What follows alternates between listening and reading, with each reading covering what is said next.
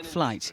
He was simply happy to have proved his point. I was able to retire from running with a fairly happy ending, having, I think, shown what I'd always believed, that the 4-minute mile was merely a psychological barrier, not a physical barrier. And of course, subsequent events have amply proved that. Bannister's record was beaten just 46 days later, and Seb Coe was one of many to set new mile frontiers. But they've all run in his slipstream. Sir Roger Bannister believed that the mind should not constrain what the body can do. In that sense, he is the creator of the modern record breaker. Patrick Geary, BBC News. The amazing story of the 4-minute mile that was broken 70 years ago. That story, our top story, is on the snooker table at Sheffield Crucible because Kyron Wilson is the new world champion. He beat Jack Jones 18 frames to 14. You can read more about that on the BBC Sport app or the BBC Sport website. But from me and the rest of the team, that's all for now.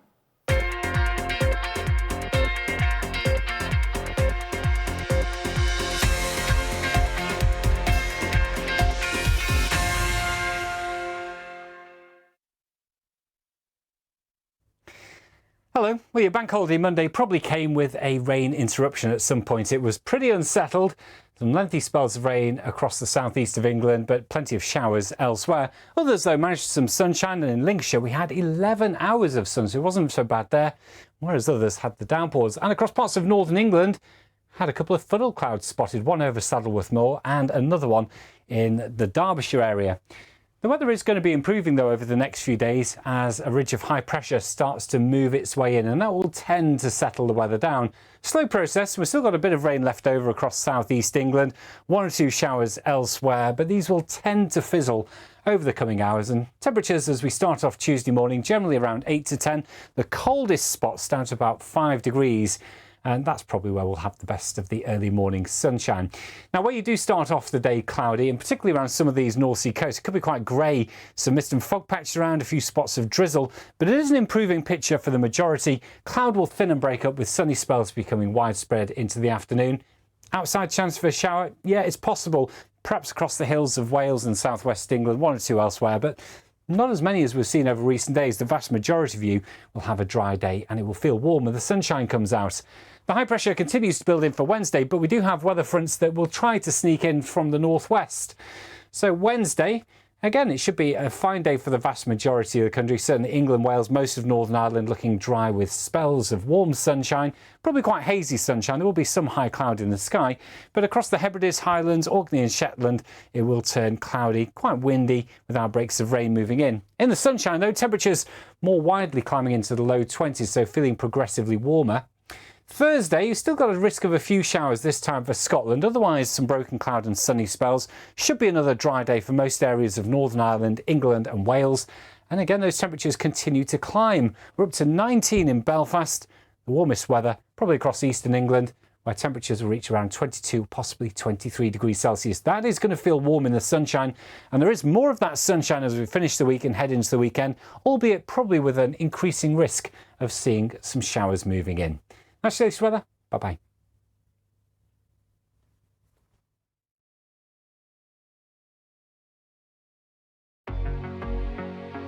The day's most important stories, sent every weekday direct to your inbox. Get the news you need to know and understand what it means for you. Don't miss out. Stay informed. Go to bbc.co.uk/newsdaily and sign up now. The world of film is changing faster and faster all the time. I've been reporting on cinema for more than 40 years.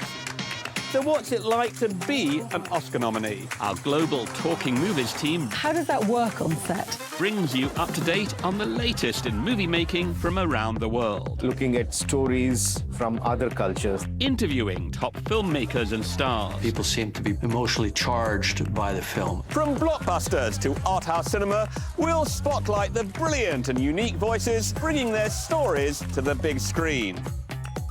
Talking Movies. Watch on BBC iPlayer.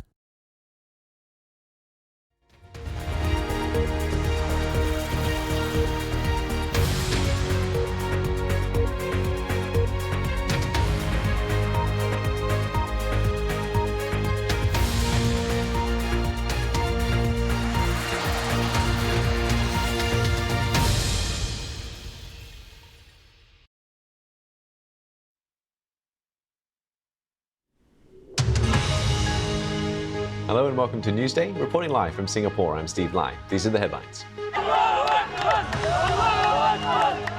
Celebrations in Gaza as Hamas says it has accepted the terms of a proposed ceasefire, but Israel says it does not meet its key demands. French President Emmanuel Macron welcomes new assurances from Xi Jinping that China will not provide Russia with weapons to use against Ukraine. The personal information of serving British military personnel has been accessed in a significant data breach. And the Met Gala returns, with guests arriving on the red carpet for fashion's biggest night of the year. Live from our studio in Singapore. This is BBC News. It's Newsday.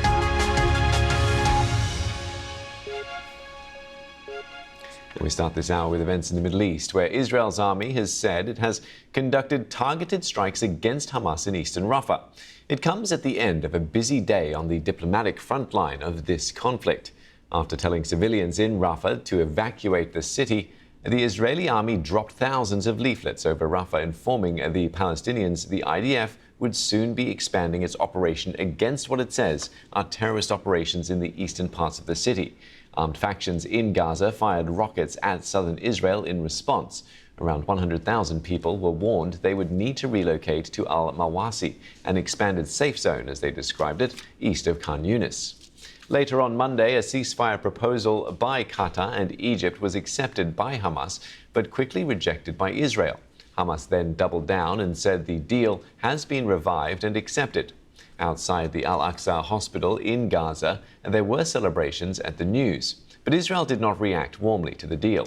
Prime Minister Netanyahu said it did not meet Israel's demands and that they will continue their operation in Rafah, in southern Gaza. Now, moments ago, the UN Secretary-General Antonio Guterres reiterated his call against the ground invasion, saying it would be intolerable. Here's the latest from our security correspondent, Frank Gardner. They have at least agreed to do what they didn't do at the weekend, which is to send a delegation of mediators, experts in their view, to try and thrash out a deal. They've said that the terms that Hamas have agreed to are very far from what meets their needs, but they're not ruling it out. So I think there is a degree of optimism here. But at the same time, as I mentioned, they are continuing their push, their military push, against the wishes of the Americans in Rafah, and that is controversial because all the aid agencies are saying this could be a catastrophic result for the civilians there. And essentially, I think if you had to sum up the Israeli position, it would be keep talking, but keep fighting. Yes, those words from our security correspondent Frank Gardner speaking to us from Jerusalem. Now, earlier, the U.S. State Department spokesman Matthew Miller gave its response to the Hamas announcement. So I can confirm that Hamas has issued a response. We are reviewing that response now and discussing it with our partners in the region. As you know, Director Burns is in the region working on this in real time. We will be discussing this response with our partners over the coming hours. We continue to believe that a hostage deal is in the best interests of the Israeli people. It's in the best interests of the Palestinian people. It would bring an immediate ceasefire. It would allow increased movement of humanitarian assistance, and so we're going to continue to work to try to reach one. Let's cross live now to our North America correspondent, David Willis. David, what more can you tell us about the reaction out of Washington? A cautious reaction, perhaps, as you might expect, Steve. The White House National Security spokesman, John Kirby, is saying that the Biden administration was evaluating this response from Hamas, but he wouldn't be drawn on into making any further comment, given, as he said, the sensitivity of the issue. A short while after that, as we heard, the State Department spokesman, Matthew Miller, went on to say that some sort of ceasefire was achievable, but it's a sign of how difficult all this has been, given the fact that only a few hours earlier, President Biden had spoken by telephone to the Israeli Prime Minister Benjamin Netanyahu, and in that conversation, which lasted nearly half an hour, we're told, urged him against some sort of military operation in Rafah, yet only a few hours later, as we now know, such an operation was underway. And David, tell us a bit more about the pressure that Biden is under given that a ceasefire has failed to materialize so far?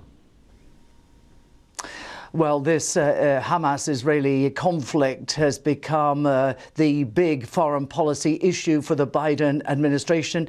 It's also, Steve, become something of a liability, political liability, here in the United States. In the early days of the conflict, of course, the Biden administration provided all-out support for Israel, said it wouldn't put conditions on military aid to Israel, its staunch ally. But as the death toll in Gaza has grown, the administration has come under increasing pressure from people here at home, particularly young people who have rallied to the Palestinian cause. We saw the occupation of university campuses and colleges over the last couple of weeks, and there have been warnings from members of his own party to President Biden that this issue could cost him political support at the forthcoming presidential election, just 6 months away. It's an election in which Joe Biden will need the support, most probably, of younger voters, Gen Z and so on, and those are just the sort of people who have been rallying to the Palestinian cause. It's a difficult one for Joe Biden, and frustrated as the administration has become over its perceived lack of leverage over the Israeli government in this regard. There are reports that the Biden administration has put a pause on the delivery of US ammunition to Israel in an attempt now to gain some sort of leverage over Benjamin Netanyahu and his cabinet, Steve. All right, thanks for getting us up to speed with those developments. David Willis, our North America correspondent. Now, as we mentioned earlier, 100,000 refugees have been told to move to what Israel is calling an expanded humanitarian zone near Khan Yunis. But Gazans say the area is already overcrowded. Fergal Keane has more details. They haven't had reason to dance for a long time. But they haven't forgotten how. Even amid uncertainty about Israel's position, hope springs. Across Gaza, BBC journalists captured the reaction of those convinced, perhaps prematurely, that a ceasefire will happen. The feeling is indescribable. We're so happy we're going back to our home in Gaza City. We're refugees from the north and we fled here, this young man says. We're so happy there's a ceasefire. Israelis are still absorbing the news. It came late on one of this society's most important days, when across the country sirens bring the nation to a halt in memory of the dead of the Holocaust. A day of reflection in a country traumatized by the Hamas attack last October. Tonight on the streets of Tel Aviv, those who believe healing that trauma can begin with a ceasefire deal and the release of Israel's hostages. We expect from the Israeli government to take this deal to save all the remaining hostages who are still alive. But after 7 months of a war in which Israel's army pledged to destroy Hamas, a ceasefire deal that fails to accomplish that risks breaking Israel's wartime coalition government. Israel will send negotiators to talks but won't stop fighting yet.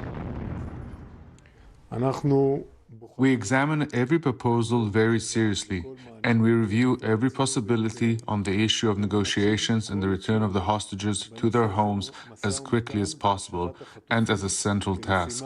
At the same time, we carry on with our operations in the Gaza Strip and will continue to do so. This morning, the people of eastern Rafah woke to leaflets telling them to evacuate. Many have been displaced before, but still they were told to leave. Everyone, no matter how old, how young, or how vulnerable. ومعنا صغارنا واطفالنا مرتي وامي والعيله وكلنا والله ما احنا عارفين نروح مش عارفين وين نروح. To Al-Mawasi, Israel says, and other desolate places beyond Rafah. The so-called humanitarian zones were to be expanded, but they've never been safe from sickness, hunger, or war. This is the aftermath of raids on Rafah last night. People hope these may have been some of the last airstrikes if the ceasefire can be made to work. News of the Hamas announcement was still hours away.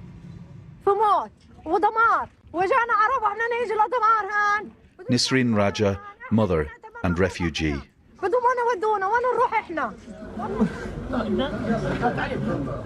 For 7 months, this has been the daily reality. Hani Ashtar, an orphan, grieved by his relative Reem. His family was killed during the war, she says. Even he was killed. So many here are grieving and exhausted. Late tonight, Israel attacked eastern Rafah, where they told people to leave. Celebration had turned to fear, and the hope that tomorrow might bring peace. Fergal Keane, BBC News, Jerusalem. It is shaping up to be a busy night in Rafah and across the Strip. As Israel said, it has conducted targeted strikes against Hamas in eastern Rafah after urging 100,000 civilians to leave. You can head to our live page to find all the latest, especially some first details emerging via Hamas officials about what could be inside this hostage deal. Now moving away from the Middle East, and Xi Jinping's first trip to Europe in 5 years has kicked off in Paris with trade tensions and the war in Ukraine topping the agenda. French President Macron and the EU Commission's chief, Ursula von der Leyen, warned that Chinese overproduction was flooding the European Union with industrial goods and electric vehicles. Now, earlier during a press conference, Chinese President Xi Jinping spoke about the ongoing war in Ukraine. We have not stood idly by and have always played an active role in achieving peace. The Chinese government's special representative for Eurasian affairs has begun his third shuttle diplomacy. At the same time, we are opposed to this crisis being used to shift blame onto a third country, tarnish its image, and to incite a new Cold War. Now, for more on this, I'm joined in studio by Frederick Kleem, a research fellow at the S. Rajaratnam School of International Studies at Nanyang Technological University. Thank you, Frederick, for coming in and speaking with me today. Firstly, we've just been hearing Xi Jinping speak, and we know that President Macron has said that he's welcomed pledges by President Xi not to sell arms to Moscow and control Jews' exports. How significant is this, and do you think it'll have any impact on the ground? I mean, this is very significant. This is possibly the most important foreign policy item for the Europeans, right? So the best case would have been if Xi Jinping would have used his presumably considerable influence over Vladimir Putin to impact the situation on the ground in Ukraine, but already pledging not to deliver weapons to Russia, and there is great fear in Europe that he might, is already a little victory for the Europeans. Well, coming back to then focus on what he's there specifically to meet with President Macron with regards to France. What do you think is sort of key to Macron? What does he want to get out of China? I mean, Macron, being the French president, of course, has a national agenda, which is clearly to get more Chinese investment into France. But he also has long talked about more equitable market access for European companies in China. And of course, you mentioned already the allegations of dumping of Chinese overcapacity being exported to Europe. So this would be on his agenda too. And for Xi Jinping, what do you think he wants to get out of this trip? Look, Xi Jinping is very clearly on an economic diplomacy mission here, right? So there are increasingly conversations in Europe about putting up trade barriers, i.e. tariffs, concrete tariffs, on Chinese exports to the European single market. And he is here to avert the specter of a looming trade war between Europe and China. We're talking specifically electric vehicles, wind turbines, solar modules, and so forth, and he's trying to avert this. But he has a threat in his suitcase as well, which is, should the European market, that is already one of the most protectionist markets in the world, become even more protectionist, China will certainly reciprocate with Chinese countermeasures against European companies. You mentioned the European market there. China actually prefers to do business bilaterally with countries directly. Do you think there's a reason why France was perhaps his first stop with regards to that? Of course, so there is always this notion that France is somewhat independent from the rest and perhaps looking like China a bit more towards a multipolar world order. But at the end of the day, Ursula von der Leyen was there, which is a clear message that Europe cannot be divided. Now, Xi Jinping would certainly not travel to Brussels, but he's traveling to France, and Olaf Scholz of Germany has just been to China as well. So bilateral deals, yes, of course, investment deals, but the European Union is a common single market. And all these trade measures, these potential trade barriers we just talked about, are within the purview of the European Commission. Yeah, and a united front is what they want to be showing him as well. Thank you so much, Friedrich, for coming in and speaking with me. Friedrich Klim there, Research Fellow at the S. Rajaratnam School of International Studies at the Nanyang Technological University. Around the world and across the UK, this is BBC News.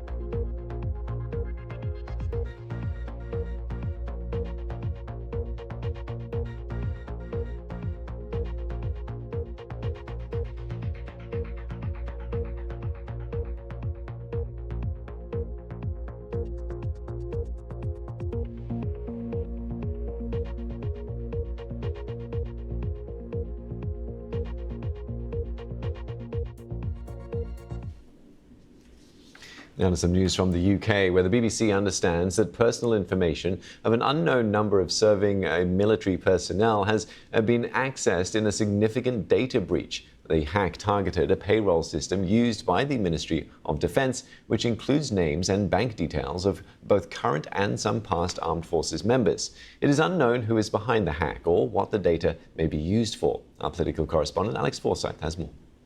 Well, what we know so far is that a third party has accessed in an unauthorised fashion a payroll system used by the Ministry of Defence.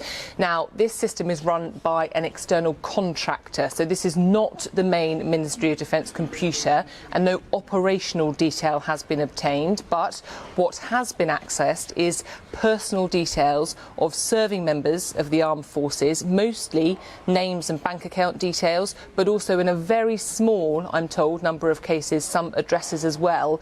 These are people who are currently serving in the Royal Navy, in the Army, in the RAF, but also some veterans as well.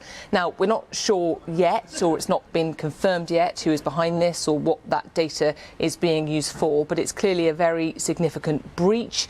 The Ministry of Defence, I'm told, took immediate action, so that system has been taken offline, and there are clearly investigations going on to ascertain the scale of this and any more information behind it. The Ministry of Defence is in the process of contacting the people who were involved, whose information was accessed. I'm told it's HMRC style personal information that was accessed, and the MOD is looking at ways that it can support and advise those individuals, also talking to veterans groups, because as I say, a number of people involved were former members of the armed forces. We also understand the UK Defence Secretary Grant Shapps is due to update on MPs in the House of Commons on this tomorrow and set out a plan, an action plan, a response plan, but also a plan to ensure the protection of all serving men and women in the armed forces. So I think this is clearly a very significant development.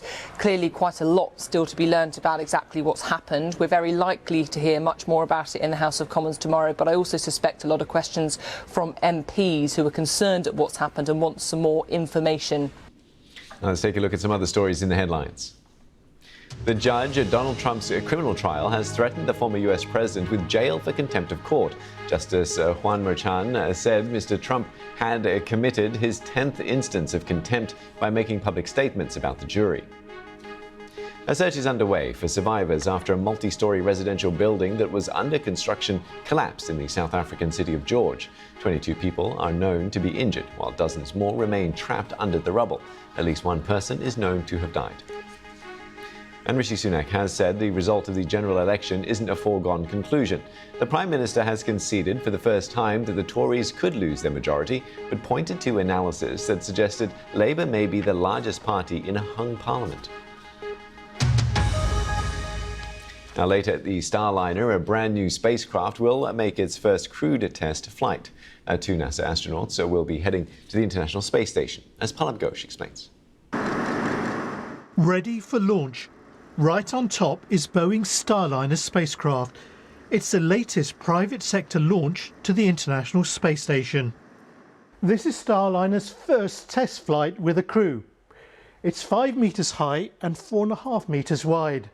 It can carry up to 7 astronauts into low Earth orbit, but this time it'll be carrying just 2.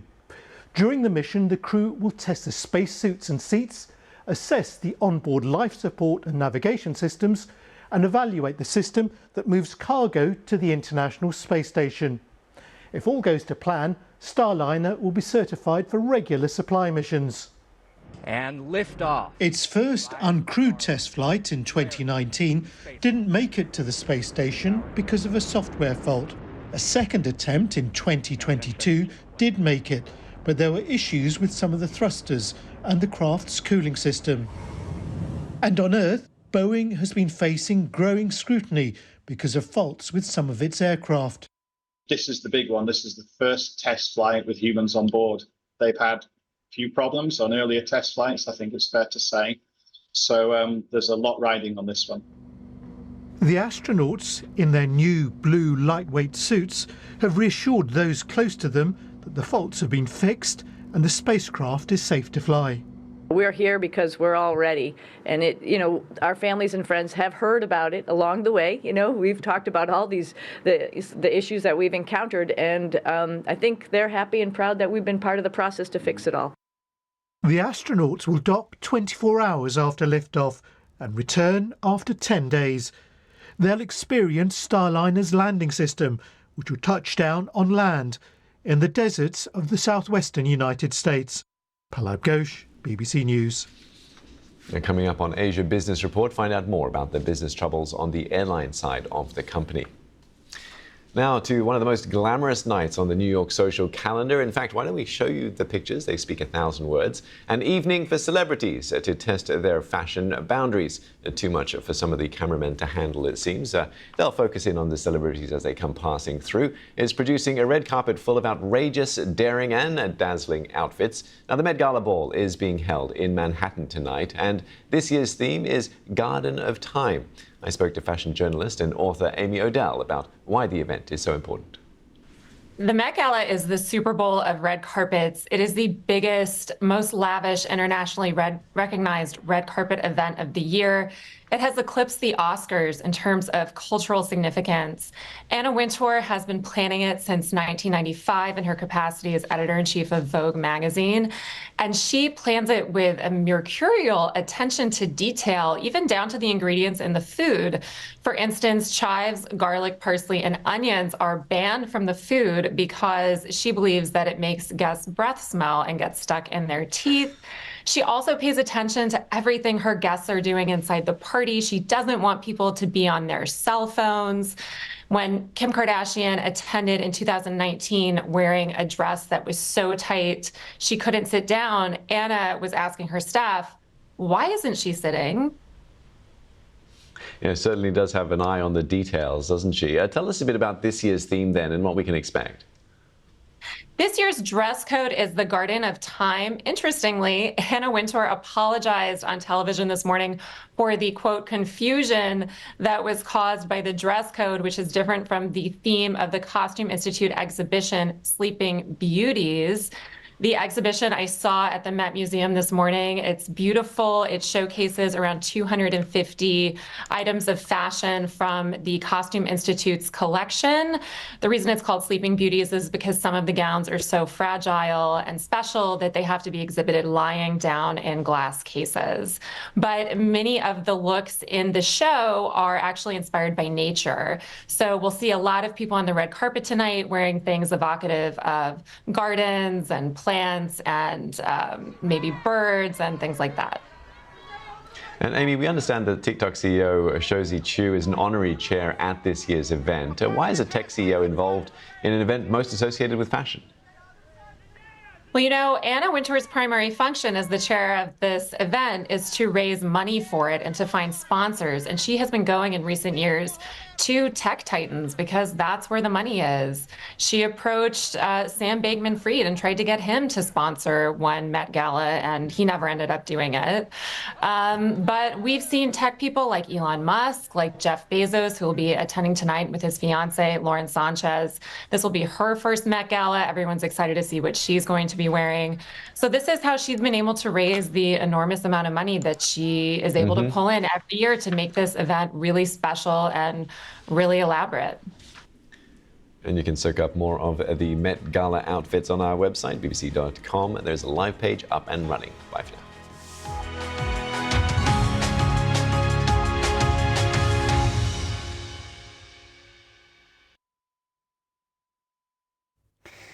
Hello. Well, your bank holiday Monday probably came with a rain interruption at some point. It was pretty unsettled. Some lengthy spells of rain across the southeast of England, but plenty of showers elsewhere. Others, though, managed some sunshine, and in Lincolnshire we had 11 hours of sun, so it wasn't so bad there, whereas others had the downpours. And across parts of northern England, had a couple of funnel clouds spotted, one over Saddleworth Moor and another one in the Derbyshire area. The weather is going to be improving, though, over the next few days as a ridge of high pressure starts to move its way in, and that will tend to settle the weather down. Slow process. We've still got a bit of rain left over across southeast England, one or two showers elsewhere, but these will tend to fizzle over the coming hours. And temperatures as we start off Tuesday morning, generally around 8 to 10. The coldest spots down to about 5 degrees. And that's probably where we'll have the best of the early morning sunshine. Now, where you do start off the day cloudy, and particularly around some of these North Sea coasts, it could be quite grey. Some mist and fog patches around, a few spots of drizzle, but it is an improving picture for the majority. Cloud will thin and break up with sunny spells becoming widespread into the afternoon. Outside chance for a shower? Yeah, it's possible. Perhaps across the hills of Wales and southwest England, one or two elsewhere, but not as many as we've seen over recent days. The vast majority of you will have a dry day and it will feel warmer. The sunshine comes out. The high pressure continues to build in for Wednesday, but we do have weather fronts that will try to sneak in from the northwest. So Wednesday, again, it should be a fine day for the vast majority of the country. Certainly England, Wales, most of Northern Ireland looking dry with spells of warm sunshine, probably quite hazy sunshine. There will be some high cloud in the sky, but across the Hebrides, Highlands, Orkney and Shetland, it will turn cloudy, quite windy with outbreaks of rain moving in. In the sunshine, though, temperatures more widely climbing into the low 20s, so feeling progressively warmer. Thursday, you've still got a risk of a few showers this time for Scotland. Otherwise, some broken cloud and sunny spells. Should be another dry day for most areas of Northern Ireland, England and Wales. And again, those temperatures continue to climb. We're up to 19 in Belfast. The warmest weather probably across eastern England, where temperatures will reach around 22, possibly 23 degrees Celsius. That is going to feel warm in the sunshine.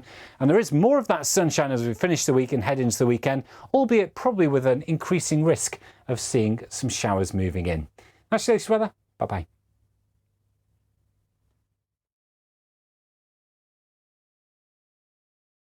Today we're looking at the state of British politics. Asking, is technology ruining football? Are we too obsessed with our phones? Helen from Hull wants to know, how hot's the planet going to get?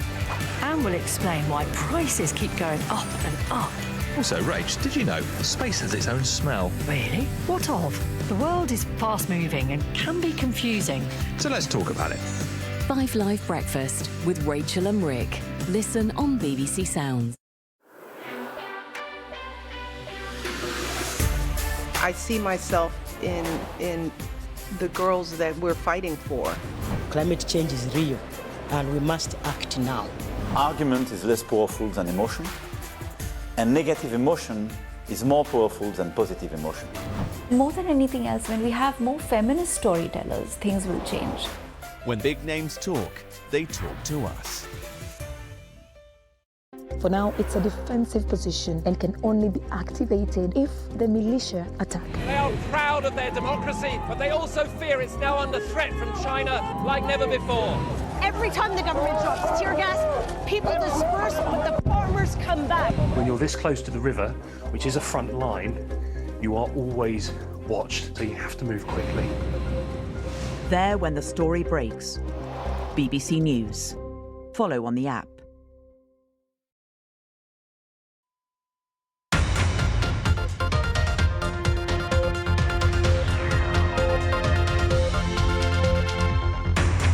More trouble for Boeing as it faces a new investigation in the US, this time over the 787 Dreamliner. Do you think of anything in particular when you think of food from Britain? Quite boring, actually. Not so special. Anyone want to? Ouch! We meet the British companies trying to spice up their offerings to Asia.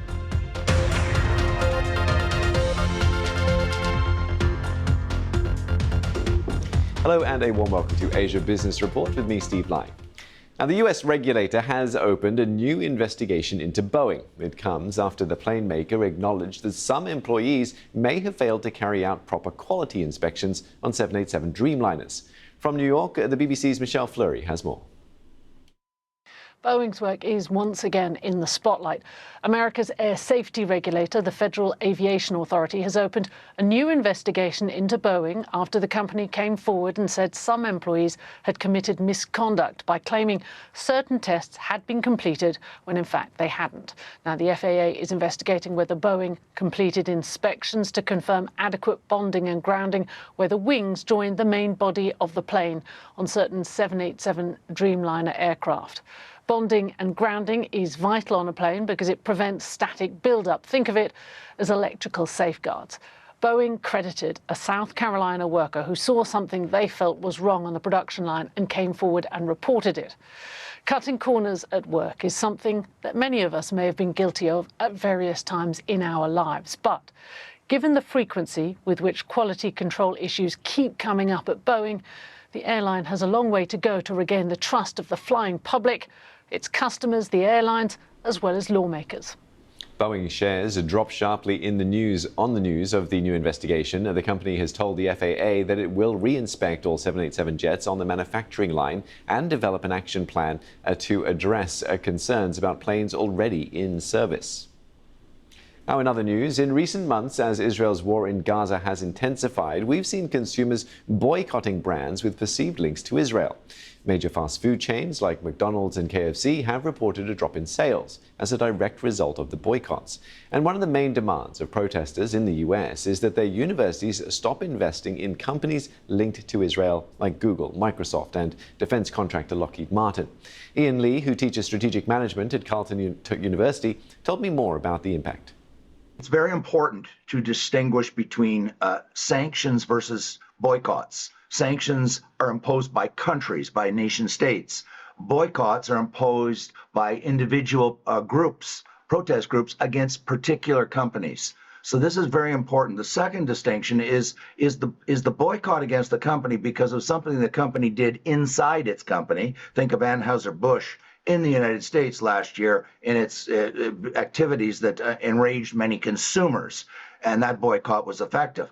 But secondary boycotts, that is to say, boycotting a company because they're involved with a country that people are opposed to, is less successful in the research literature. We have to make those very important distinctions, I think, in terms of analyzing the success or failures of these boycotts. Yeah, another distinction perhaps to note is that these brands often operate a franchise model, so boycotts impact local franchisee holders more directly than the brands themselves. Indeed. In fact, that's an additional point to make. We have to distinguish between the franchise versus the corporate head office. And secondly, is it impacting sales or is it impacting the brand? The research on this shows that the sales hit is not as significant generally, but the hit to the brand the damage to the brand is much more significant. And so this is not to suggest that boycotts don't work. It's just that they have an impact that people may not realize. It's not the sales decline, it's the impact to the brand, which we can see in, for example, the decline in the share price. Yeah, and brands also sit up and take notice when these things happen to them as well. Most brands don't want to get dragged into politics, though, do they? Exactly. The large corporations tend to be very, very averse to bad publicity. They're not political actors, and so the last thing they want is to be in the national news or the international news for bad reasons. And they avoid negative publicity like the plague. So their job is they try to minimize and avoid it completely. The European Union has approved the $14.9 billion purchase of U.S. steel by Japan's Nippon Steel. In a move viewed as a formality, the European Commission said it cleared the deal because the firms will have limited market positions after the transaction. The acquisition faces opposition in the United States, with President Joe Biden saying he believes the U.S. steelmaker should remain domestically owned. Now, in an interview with a leading Indian newspaper, the Indian Foreign Minister has defended blocking investments from China. He said India cannot compromise on national and economic security while trying to open up the economy. The BBC's Arunday Mukherjee reports. India's Foreign Minister S. Jaishankar was speaking to the Economic Times when he said that it was about protecting domestic businesses, especially the small and medium enterprises. Also, batting away allegations of becoming a protectionist economy, the Foreign Minister also said it was about protecting the interests of the working class in the country. Just to put things in context, relations between India and China have been at their lowest ever since the 2020 violent altercation along the Indo-China frontier over a territorial dispute. Back then, in protest, India had banned hundreds of Chinese apps, including TikTok, from operating here. New Delhi has since been pushing domestic manufacturing and incentivizing businesses to move production from China to India to help offset the huge trade deficit with Beijing. Now, this is what it all boils down to. India imports way more from China than it actually exports. According to some studies, the trade deficit in the last 5 years has gone up to just a little less than $400 billion. So despite the tough talk, these are the realities that India is facing. It's an aspect that has worried both economists as well as strategic affairs experts. Asia is home to some of the world's best-loved cuisines, which may explain why Western food has typically struggled to break into the market. But that's starting to change thanks to higher incomes and better travelled consumers. One country looking to take advantage of this is the UK. Recently, Asia's biggest food and beverage show came to Singapore, and as a treat, we sent our business reporter Nick Marsh.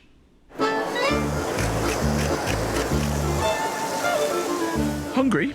Well, you're in the right place. I'm in one of Asia's food meccas. But on display is a who's who of European cuisine.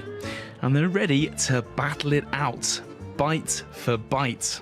As incomes start to rise, as tastes broaden and travel becomes more common, it's an opportunity for governments not only to sell their products, but also to promote an ideal image of their country. Do you think of anything in particular when you think of food from Britain? Sausage, I don't know. Quite boring, actually. Not so special. But these cheese exporters are here to fly the flag for British gastronomy. It's a massive job educating people because, you know, the French and the Swiss and the Italians have been doing it a lot longer than we have. Parmesan's been around forever. So we've come in sort of fairly late. So we're having to get that message across.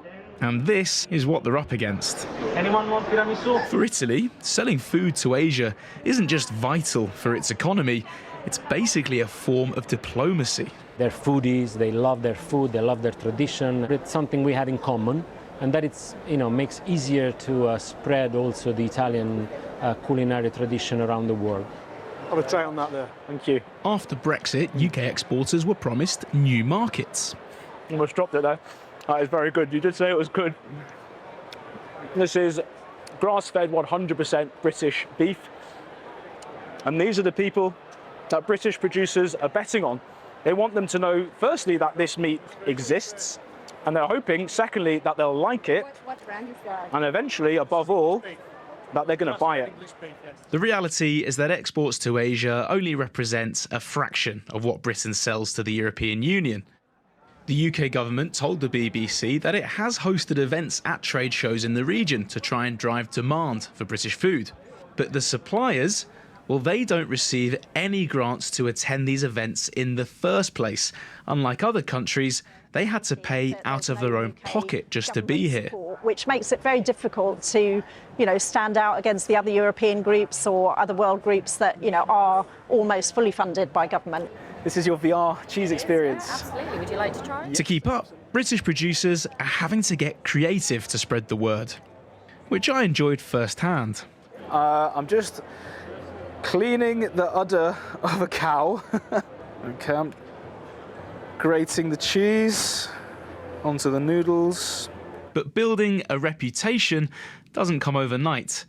Many are still finding their way. Nick Marsh, BBC News, Singapore. All right, let's take you to some live pictures now from the Met Gala in New York.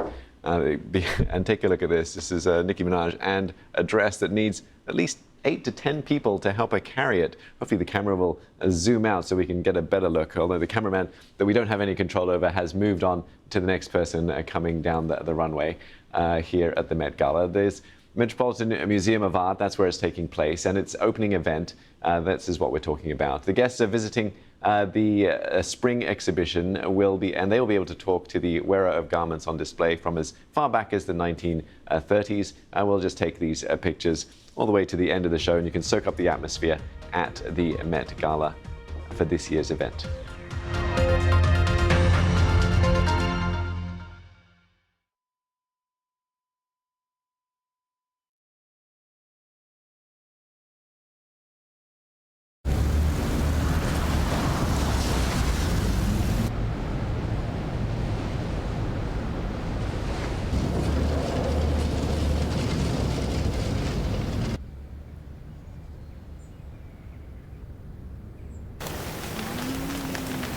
Be ready. Change can happen in an instant. Check on the BBC Weather app.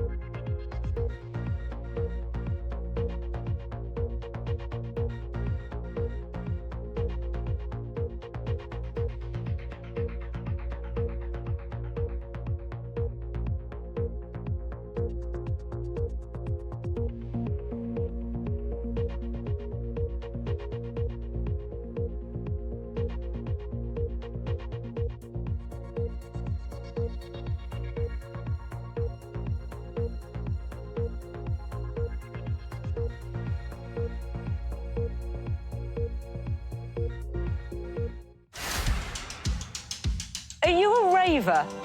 Do I look like a raver? I've got bass in a backpack. This is amazing. Dancing for like 4 or 5 hours of a gig, you could generate about 800 kilowatt hours of thermal energy. So that's a lot of energy. Right, so shall we give it a taste? And it's my favourite. We're really talking to the plants, and they're telling us how happy they are. It can fly, but it can also float on water. The bots kick off with some swift striking. Oh my God, that came by quick. It's all about augmented reality. It's useful, and it's useful. I scroll through the options with my finger here. Solar system, let's give that one a go. Totally and utterly immersed in another world there. We've got to consider all of these things if we're going to avoid an apocalyptic fate. But also excited. The police have found us. I can't believe I'm now wanting to run away from the police. Thanks for watching. Bye. Click, tomorrow at 8:30 on BBC News and iPlayer. The climate of southern Europe is changing. It's becoming more and more like North Africa. Thousands of people continue to stream across Sudan and South Sudan. There's riot police everywhere around. This is not the face of France that Emmanuel Macron wants you to see. We're having to stay under the trees here because Russian drones are constantly patrolling. This was the town of Bethania. These were people's homes, but look at it now. This is the moment they've been waiting for. The pride, the excitement, and the affection is palpable. This is as close as we can get to Gaza itself, about 5 kilometers in that direction. There is a lot of military activity, jets overhead. 17 days they have spent inside that tunnel. Now they are finally out.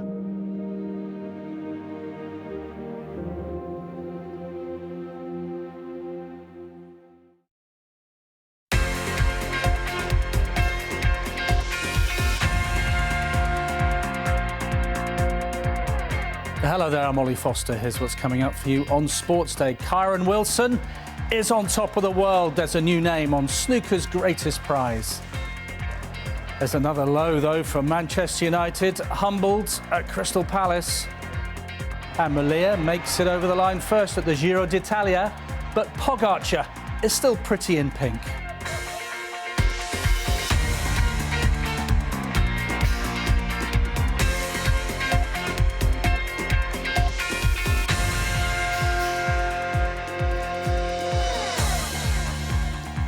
Hello there, welcome along to Sports Day. Kyron Wilson is the new world snooker champion. He held his nerve to beat the qualified Jack Jones to win the title for the first time, beat the Welshman 18 frames to 14 at the Crucible in Sheffield.